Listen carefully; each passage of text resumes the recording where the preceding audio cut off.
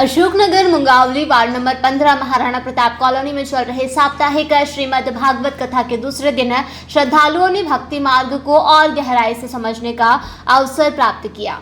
कथा में आचार्य द्विवेदी जी ने नारद जी द्वारा भक्ति के पुत्रों को जर्जर अवस्था से दूर करने की घटना का उल्लेख किया और श्रीमद् भागवत के महत्व पर विस्तार से प्रकाश डाला।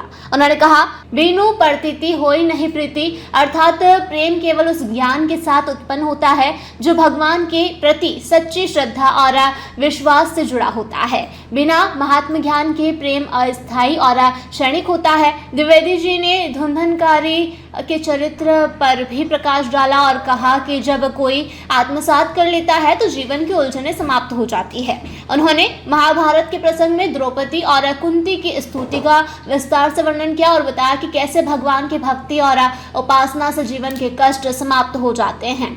कथा के दौरान उन्होंने परीक्षित जी के जन्म और सुखदेव जी के आगमन का भी वर्णन किया। उन्होंने कहा कि प्रेतों को भागवत सुनने से मुक्ति मिल जाती है, तो हम मानव क्यों नहीं भगवान का धर्म अपनाकर भगवान प्राप्ति की ओर बढ़ सकते हैं। द्विवेदी जी ने यह भी कहा कि जो व्यक्ति भगवान की कथा को ध्यानपूर्वक श्रवण करते हैं उन्हें भगवत प्राप्ति होती है।